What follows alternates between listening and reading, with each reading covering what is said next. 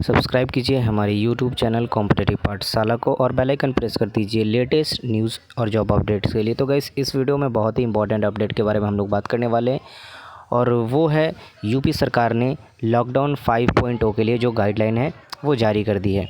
Guideline में क्या सारे प्रोटोकॉल, रूल्स और रेगुलेशन फॉलो करने पड़ेंगे आम आदमी को, उसके बारे में सारी जानकारी आपको इस वीडियो में मिल जाएगी। तो वीडियो को अंत तक ज़रूर देखें और चैनल पर हमारे नए हैं तो ऐसे ही अपडेट्स के लिए, न्यूज़ के लिए और जॉब अपडेट्स के लिए सब्सक्राइब जरूर कीजिएगा चैनल को, बेल आइकन प्रेस कर दीजिएगा ताकि जो भी अपडेट हो उसकी नोटिफिकेशन आपको टाइम टू टाइम मिलती रहे।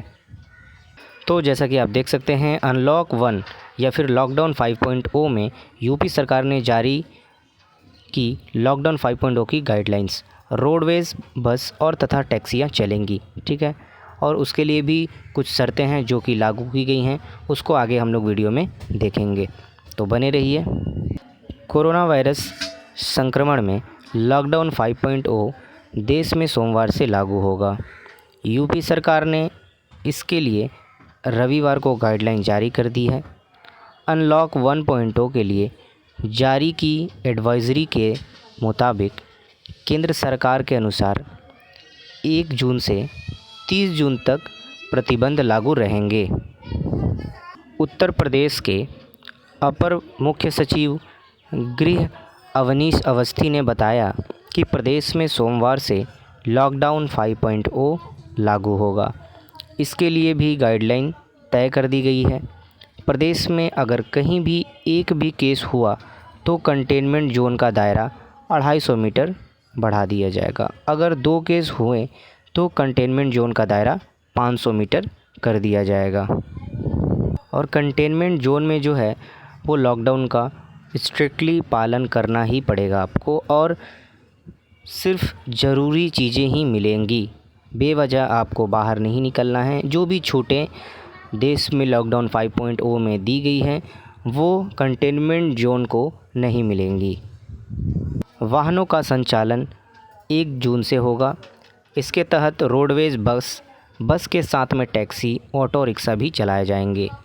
सभी सरकारी तथा प्राइवेट दफ्तर खोल दिए जाएंगे। दिल्ली के हॉटस्पॉट से आने वालों पर गाज़ियाबाद और नोएडा में रोक लगी रहेगी।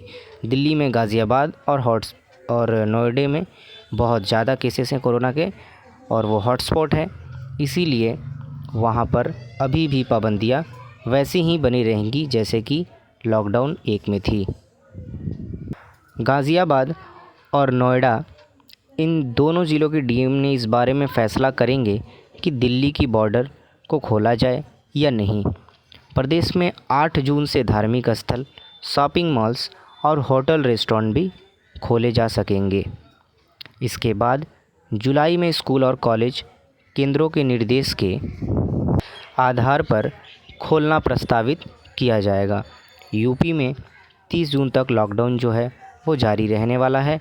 और अवनीश अवस्थी ने बताया कि कार्यालयों में अलग अलग शिफ्ट में काम होंगे। पहली शिफ्ट में 9 से 5, दूसरी शिफ्ट में 10 से 6 और तीसरी शिफ्ट में 11 से 7 बजे तक काम होगा। उन्होंने कहा कि सभी मार्केट सुबह 9 बजे से रात के 9 बजे तक खुले रहेंगे। सुपरमार्केट को भी खोलने की इजाज़त दी गई है, लेकिन सोशल डिस्टेंसिंग और अन्य ज़रूरी शर्तों का भी पालन करना पड़ेगा। वहीं ग्रामीण इलाकों में लगने वाले साप्ताहिक बाज़ार को भी खोलने की अनुमति दे दी गई है।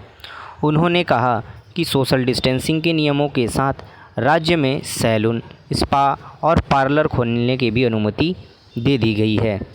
इन जगहों पर काम करने वाले स्टाफ काम के समय फेस शील्ड और ग्लव्स का इस्तेमाल भी ज़रूर करें। तो यहाँ पे एक तरह से आप मान कर चलें तो पूरे देश में लॉकडाउन 5.0 में जितनी ढील नहीं दी गई है उससे अच्छी खासी ज़्यादा ढील यहाँ पर आपको यूपी में देखने को मिलेंगी। अवनीश अवस्थी जी ने बताया, राज्य में बसों के परिचालन को अनुमति दे दी गई है। बस, टैक्सी, ऑटो रिक्शा वगैरह सब कुछ चलेंगे, लेकिन कोई भी खड़े होकर यात्रा नहीं करेगा।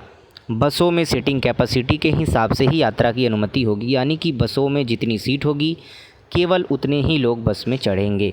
इसके साथ ही उन्होंने कहा कि दिल्ली के कंटेनमेंट जोन और हॉटस्पॉट वाले इलाकों से नोएडा और गाज़ियाबाद में आने की अनुमति नहीं होगी। यानी कि नोएडा और गाज़ियाबाद में दिल्ली के और भी जो हॉटस्पॉट इलाके हैं वहाँ से आने की अनुमति बिल्कुल भी नहीं दी जाएगी। अब संक्षेप में मैं आपको बता दे रहा हूँ कि क्या सारे गाइडलाइंस हैं। 1 जून यानी कि सोमवार से सभी सरकारी ऑफिस पूरी क्षमता के साथ खुलेंगे।